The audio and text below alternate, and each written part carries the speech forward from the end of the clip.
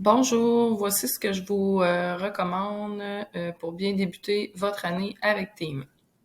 Donc, premièrement, quand vous êtes sur équipe, vous voyez ici vos équipes.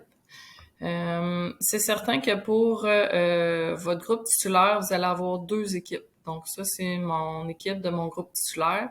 Donc, je vous recommande de masquer cette équipe-là. Je vous recommande pas de la supprimer parce que je sais pas si vous la supprimez, je pense qu'elle va être créée automatiquement par la commission scolaire. Donc, pour éviter de la voir, de toute façon, vos élèves sont pas inscrits, donc eux ne la voient pas.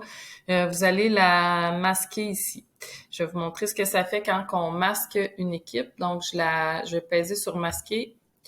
Puis là, elle se retrouve dans mes équipes ici masquées.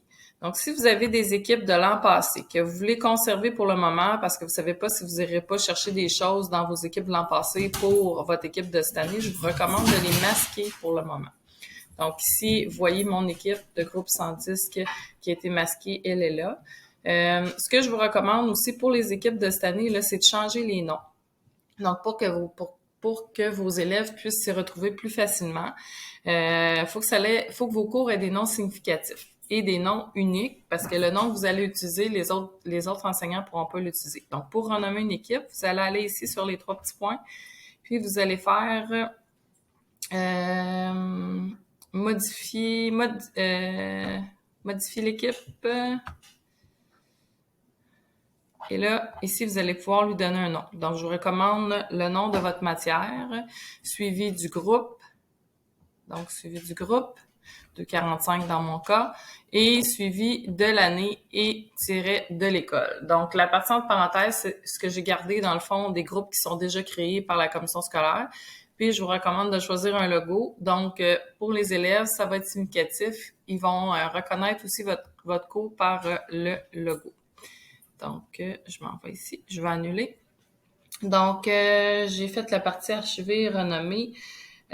Vous pouvez aussi supprimer un cours que vous êtes sûr que vous aurez pas besoin, puis c'est terminé, vous n'aurez plus besoin, donc vous pouvez supprimer l'équipe. Par contre, si vous avez un bloc-notes, le bloc-notes va être encore accessible dans votre application de bureau, mais il se synchronisera plus là à la même endroit. Donc, ça veut dire que si vous faites des modifications, il va être enregistré local, mais il synchronisera plus pour que vous puissiez l'avoir identique sur tous vos appareils. Donc, il va falloir déplacer votre bloc-notes. Donc, si vous comptez utiliser le bloc-notes, le plus simple, c'est d'archiver votre équipe.